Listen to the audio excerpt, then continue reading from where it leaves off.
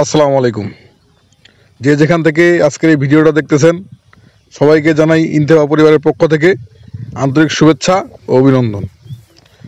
দর্শক, আপনারা দেখতে পাচ্ছেন ইন্তেফা কোম্পানি কর্তৃক যে প্রদর্শনী প্লট এখানে দেওয়া হয়েছিল, তো আজকে আমরা সেই ক্ষেত্রে প্রদর্শন করতে আসছি।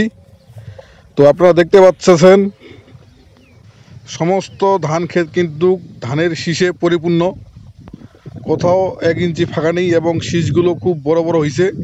ইনশাল্লাহ আশা করা যাচ্ছে প্রচুর পরিমাণে ফল পাওয়া যাবে এখান থেকে।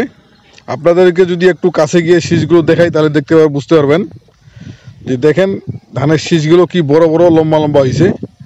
মূলত এখানে ইন্তেফার শুরু থেকে শেষ পর্যন্ত সব প্রোডাক্টই ব্যবহার করা হয়েছে।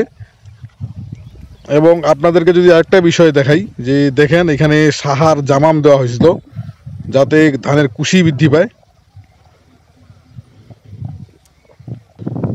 কুশি অর্থাৎ কার্যকারী কুশি যাতে বৃদ্ধি পায়, এই কার্যকারী কুশি বৃদ্ধি পাওয়ার জন্য এখানে আমরা জামাম এবং নাসার দিয়েছিলাম। তো আমরা দেখব একটু পরে যে কি পরিমাণে এখানে কুশি হয়েছে এবং প্রতি থরে মানে প্রতি গোছায় কয়টি করে ধানের গাছ আছে সেগুলো দেখব। তো চলুন আমরা একটা গোছার ধানের গাছগুলো গণনা করি। এই যে দেখেন গণনা করতেছি 1 2 3 4 5 6।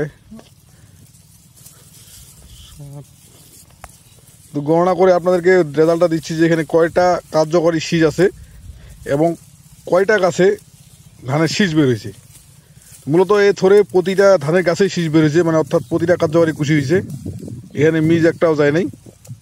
তো এখানে গণনা করে মোটামুটি এখানে 29টা ধানের গাছ পাওয়া গেল, অর্থাৎ 29টা ধানের শীষ। আপনারা বুঝতে পারতেছেন যে কি রেজাল্ট।